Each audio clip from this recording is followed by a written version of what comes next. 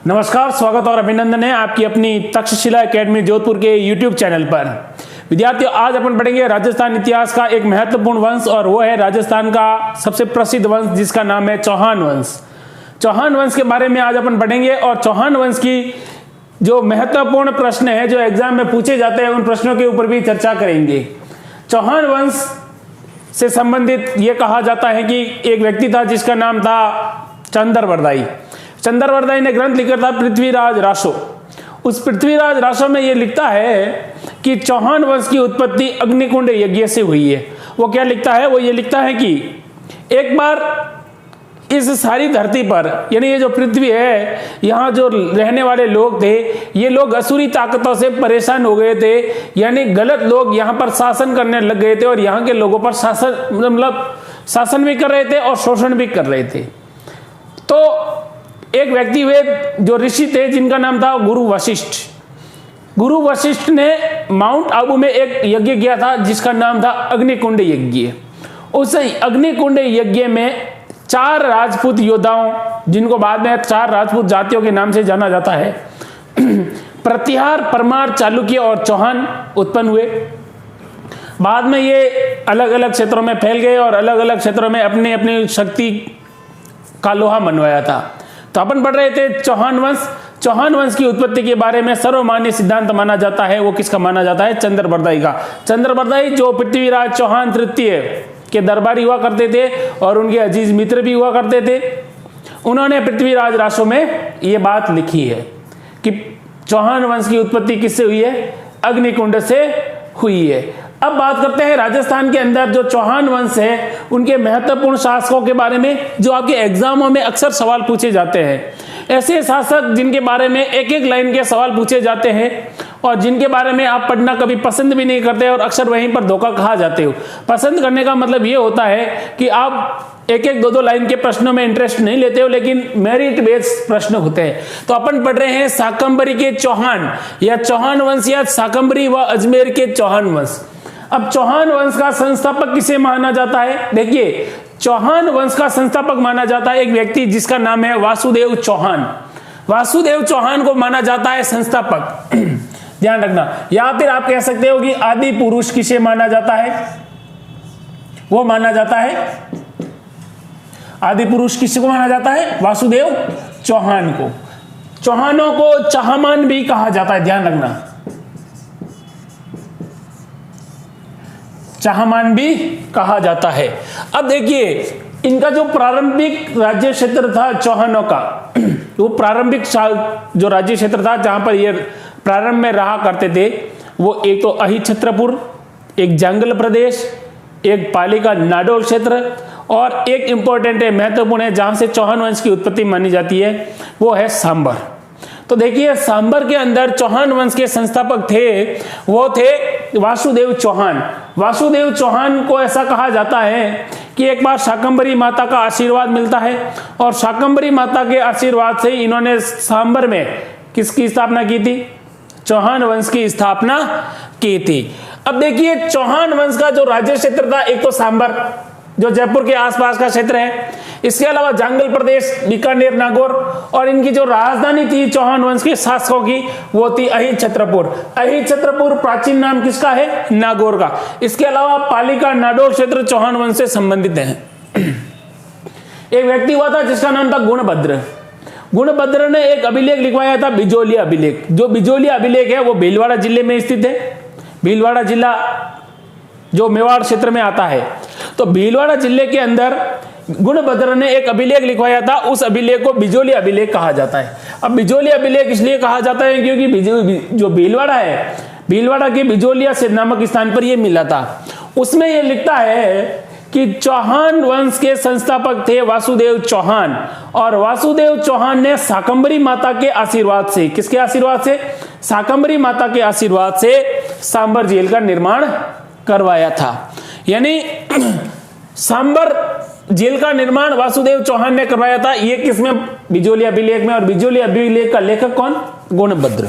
आगे बात करते हैं कि प्रारंभ में जो चौहान शासक हुआ करते थे ये किसके अधीन थे?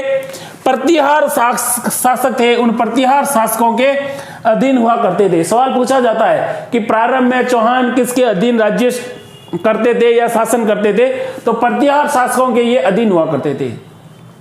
देखिए, एक संघर्ष हुआ था जो इतिहास में त्रिपक्षीय संघर्ष के नाम से जाना जाता है, और इस त्रिपक्षीय संघर्ष का जो शुरुआत करने वाला व्यक्ति था, उस व्यक्ति का नाम क्या था? प्रतिहार शासक था, उसका नाम था वत्सराज। तो त्रिपक्षीय संघर्ष की शुरुआत की थी किसने? प्रतिहार शासक वत्सराज। अब देखिए, वत्सराज ने इस त्रिपक्षीय संघर्ष में भेजा किसको था? तो अपने सामंत दुर्लभ राज चौहान को भेजा था। अब आप कहोगे कि सर ये प्रतिहार शासक था और इसने चौहान शासकों को क्यों भेजा? मैंने पहले ही कहा था कि प्रारंभ में चौहान थे वो किसके अधीन थे? प्रतिहारों के अधीन थे। ठीक है, अब देखिए उसके बाद एक और शासक आता है जिसका नाम आता है गुवक प्रथम चौहान। गुवक चौहान था, गुवक प्रथम जो चौहान वंश का शासक था, इसने सीकर के अंदर हर्षनाथ मंदिर का निर्माण करवाया था। सीधा सीधा सवाल पूछा जाता है, हर्षनाथ मंदिर कहां पर है? सीकर में है। हर्षनाथ मंदिर का निर्माता कौन था? तो गुवक प्रथम। और गुवक प्रथम था वो किस वंश से संबंधित था? तो वो था चौहान वंश से संबंधित था। उसके बाद एक और चौहान शासक हुआ था जिसका नाम था गुवक द्वितीय। गुवक द्वितीय था, इसकी एक बहन थी कलावती, और गुवक द्वितीय ने अपनी बहन कलावती का विवाह किसके साथ किया था? प्रतिहार शासक मिहिर बोध से। अब देखिए, गुवक द्वितीय अपनी बहन कलावती का विवाह प्रतिहार शासक जो उस समय के सबसे शक्तिशाली शासक हुआ करते थे, मिहिर बोध से विवाह करवा दिया। अब देखिए समझने की बात है कि अगर किसी शासक है, कोई शक्तिशाली शासक है, उस शासक का प्रभाव पूरे राज्य क्षेत्र में है, तो इसका मतलब यह हुआ कि उसके संबंधी बनते हैं वो भी क्या होंगे? ताकतवर ही होंगे, क्योंकि उनको सपोर्ट किसका मिलता है? ताकतवर सम्राट का या ताकतवर शासक का सपोर्ट मिलता है। तो गुवक द्वितीय ने यहां पर अपनी बहन कलावती का विवाह मिहिर बोझ के साथ करवाने के बाद चौहान सत्ता को क्या किया था? प्रतिष्ठित किया था, मजबूत किया था। उसके बाद एक शासक आता है चंदन राज चौहान। चंदन राज चौहान शासक बनता है और उस समय दिल्ली का शासक होता है रुद्र। तो चंदन राज चौहान होता है, दिल्ली पर आक्रमण करता है, और दिल्ली पर आक्रमण करने के बाद दिल्ली के शासक चंदन राज को किसको हराता है? रुद्र को पराजित करता है। चंदन राज चौहान ने दिल्ली के शासक रुद्र को पराजित किया था, और पराजित करने के बाद रुद्र ने कहा कि भाई हम लड़ाई नहीं करें, आपस में रिश्तेदार बन जाए। तो रुद्र ने अपनी एक बहन थी जिसका नाम था आत्मप्रभा, इस आत्मप्रभा का विवाह कर दिया था चंदन राज चौहान से। किसके साथ कर दिया था? चंदन राज चौहान से। अब यहां पर सोचने की बात यह है, सवाल यह पूछा जाता है कि चंदन राज चौहान ने रुद्र को पराजित किया, और पराजित करने के बाद उसकी बहन के साथ विवाह कर दिया था। अब ये जो बहन थी, इस बहन का नाम था आत्मप्रभा। ये जो आत्मप्रभा जो महिला थी, जो चंदन राज की पत्नी बन जाती है, ये भगवान शिव की बहुत बड़ी क्या थी? भक्त थी। भगवान शिव की बहुत बड़ी भक्त थी। और जब इसकी शादी हो जाती है और ये जब पुष्कर में आती है, तो कहा जाता है कि ये हर रोज 1000 दिए जलवाती थी। 1000 दिए भगवान शिव को क्या करती थी? इनकी आराधना में, इनके मंदिर में करवाती थी, दिए जलाती थी। इसीलिए आत्मप्रभा को राजस्थान के इतिहास में योगिनी रानी के नाम से जाना जाता है। सवाल सीधा पूछा जाता है, राजस्थान में योगिनी रानी के नाम से कौन सी महिला प्रसिद्ध थी? तो चंदन राज चौहान की पत्नी थी जिसका नाम था आत्मप्रभा, और इसे राजस्थान के इतिहास में योगिनी रानी के नाम से जाना जाता है। उसके बाद एक व्यक्ति आता है जिसका नाम आता है सिंधुराज। अब देखिए, सिंधुराज जैसे ही चौहानों का शासक बनता है, यह कहता है कि अब हम प्रतिहारों के अधीन नहीं रहेंगे। मतलब इसने प्रतिहारों को चौहानों से मुक्त करवा दिया। इसने कहा कि अब चौहान और प्रतिहार अलग अलग है, चौहान है वो प्रतिहारों के अधीन कार्य नहीं करेंगे। तो सिंधुराज चौहान ने चौहानों को प्रतिहारों से क्या करवा दिया? स्वतंत्र करवा दिया। उसके बाद शासक बनता है वाकपति राज। कौन बनता है? शासक बनता है वाकपति राज। अब वाकपति राज चौहान इतिहास में या चौहान वंश के जो शासक हुए थे उन शासकों में पहला शासक था जिसने महाराजा अधिराज की उपाधि धारण की थी। और सवाल सही सही पूछा जाता है कि सबसे पहले किस चौहान शासक ने महाराजा अधिराज की उपाधि धारण की, तो वो था वाकपति राज। अब वाकपति राज का कहीं कहीं पर एक और नाम मिलता है और उसका क्या नाम है? बप्पराज। क्या नाम है? बप्पराज। अब देख लीजिए, वाकपति राज ने महाराजा की उपाधि तो धारण कर ली, ठीक है। अब आगे देखें कि उसके बाद शासक बनता है विग्रहराज द्वितीय। और विग्रहराज द्वितीय चौहान शासकों में देखिए क्या किया था इसने चालुक्यों और चौहानों के बीच में शत्रुता को प्रारंभ कर दिया था। यानी इसने बड़ौच गया, ये बड़ौच जाके गुजरात का एक जो शासक होता है उस समय बड़ौच का मूलराज, उस मूलराज को ये क्या कर देता है? पराजित कर देता है।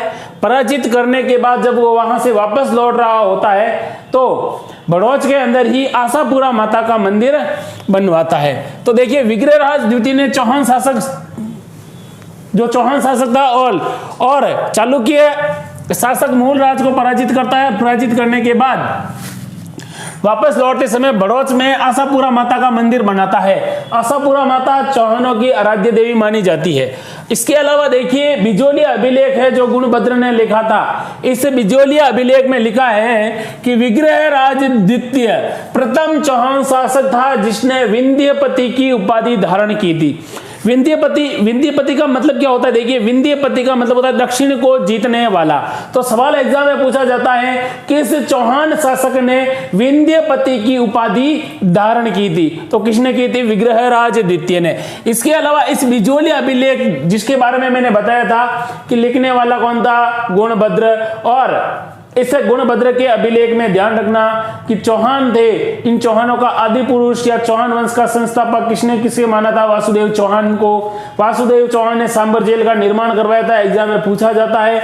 इसके अलावा इसमें यह भी लिखा हुआ है कि विंध्यपति यानी दक्षिण को जीतने वाला शासक बताया गया है विग्रहराज द्वितीय को। इसके अलावा विग्रहराज द्वितीय प्रथम चौहान शासक था जिसने महाराजा अधिराज की उपाधि धारण की थी। किसकी उपाधि धारण की थी? महाराजा अधिराज की उपाधि धारण की थी। तो विग्रहराज द्वितीय से संबंधित दो सवाल महत्वपूर्ण है। गुजरात के चालुक्य शासक मूलराज को पराजित किया, यानी चालुक्य और चौहानों के मध्य शत्रुता आरंभ की। दूसरा, बड़ौच में आशापुरा माता का मंदिर बनवाया था। और तीसरा, किसने किया था? विंध्यपति की उपाधि धारण की, यानी दक्षिण को जीतने वाला। और यह किसमें उल्लेख मिलता है? बिजोलिया अभिलेख में। उसके बाद शासक बनता है दुर्लभराज द्वितीय। और दुर्लभराज द्वितीय जब शासक बनता है तब ध्यान रखना कि एक उपाधि धारण करता है और वो उपाधि होती है दुर्लभ्य मेरु। और ये जो दुर्लभ्य मेरु का मतलब ये होता है जिसकी आज्ञा का उल्लंघन नहीं किया जा सके। यानी ये शक्तिशाली शासक हुआ था और इसने कहा था कि मैं दुर्लभ्य मेरु उपाधि धारण करूंगा और मेरी इस उपाधि का धारण करने का औचित्य ये है कि मेरी आज्ञा का कोई भी उल्लंघन नहीं करेगा, जो ना करेगा वो इस संसार से ही चला जाएगा। उसके बाद शासक बनता है गोविंद तृतीय। गोविंद तृतीय चौहानों का एक ऐसा शासक होता है जिसने बैरीधर भट्ट की उपाधि धारण की थी। किसकी उपाधि धारण की थी? बैरीधर भट्ट की उपाधि धारण की थी। अब देखिए बैरीधर भट्ट की जो ये इसने उपाधि धारण की थी, बैरीधर भट्ट का मतलब होता है बैरियों का नाश करने वाला, यानी शत्रुओं का नाश करने वाला। तो इसने शत्रुओं का नाश करने वाला उपाधि धारण की थी। कहते हैं कि जब गोविंद तृतीय चौहान शासक होता है उसी समय महमूद गजनवी ने सोमनाथ पर आक्रमण किया था। कहां पर आक्रमण किया था? सोमनाथ पर आक्रमण किया था और सोमनाथ के मंदिर को खूब लूटा था। उसके बाद शासक बनता है दुर्लभराज तृतीय। और दुर्लभराज तृतीय जब शासक बनता है तो वो बहुत गुस्सा हो जाता है सोमनाथ के शासक पर। जो सोमनाथ का उस समय शासक होता है गुजरात का भीम, इस भीम पर बहुत अधिक गुस्सा होता है कि तूने पराजय कैसे मान ली बिना युद्ध किए हुए। तो ये क्या करता है? गुजरात पर आक्रमण करता है और यहाँ के शासक भीम को पराजित करता है। और पराजित करने के बाद भीम को अपने साथ ले आता है और लगभग 6 महीने तक अपने यहाँ कैद में रखता है। उसके बाद इसका राज्य उसे वापस सौंप देता है। उसके बाद शासक बनता है पृथ्वीराज प्रथम। पृथ्वीराज प्रथम शासक बनता है।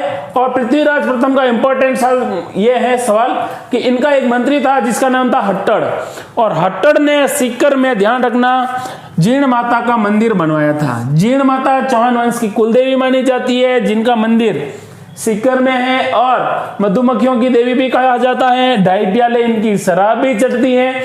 इसके अलावा राजस्थान में एकमात्र लोक देवी है जिनके मंदिर के अंदर जो जोत जलाने, जो दीपक जलाने के लिए जो घी आता था वो मुगल दरबार से आता था। तो ये थे चौहान शासकों के महत्वपूर्ण सवाल, जो ऐसे शासक थे जो महत्वपूर्ण है लेकिन इतिहास में इनको बहुत कम मान्यता मिली है। यानी मान्यता तो है लेकिन जो इतिहास में इनके ऊपर कम सवाल बनते हैं लेकिन इंपॉर्टेंट सवाल बनते हैं। तो यहां पर ध्यान रखना, सवाल क्या पूछा जाएगा कि सबसे पहले महाराज की उपाधि धारण किसने की थी? तो महाराज की उपाधि धारण किसने की थी? चौहान शासक था वागपति राज, जिसको बपराज के नाम से जाना जाता है। लेकिन महाराजा अधिराज की उपाधि किसने धारण की थी? तो विग्रह राज द्वितीय ने। इसके अलावा दुर्लभ मेरु उपाधि किसने धारण की थी?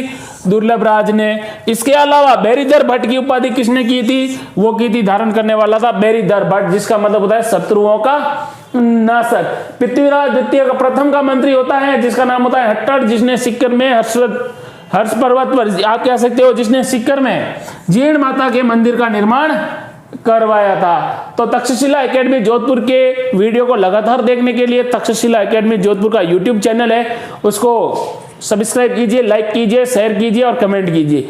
इसके अलावा अगर आप अपनी तैयारी को बेहतर बनाना चाहते हैं और आप आने वाली प्रतियोगी परीक्षाओं में अपने खुद का आकलन करना चाहते हैं तो केवल नाम मात्र के दाम में आप तक्षशिला एकेडमी जोधपुर का मोबाइल ऐप डाउनलोड कीजिए और वहां से आप जिस परीक्षा की आप तैयारी कर रहे हैं या जिस परीक्षा में आप पास होना चाहते हैं, आपका ख्वाब है कि मैं वो जॉब करूं, तो उस जॉब से रिलेटेड आपको सारी टेस्ट सीरीज मिल जाएगी, वे भी केवल नाम मात्र के दाम में। तो आज ही तक्षशिला एकेडमी जोधपुर का मोबाइल ऐप डाउनलोड कीजिए और आप अपनी टेस्ट सीरीज का समय से लाभ उठाना शुरू कर दीजिए। Thank you. जय हिंद, जय भारत।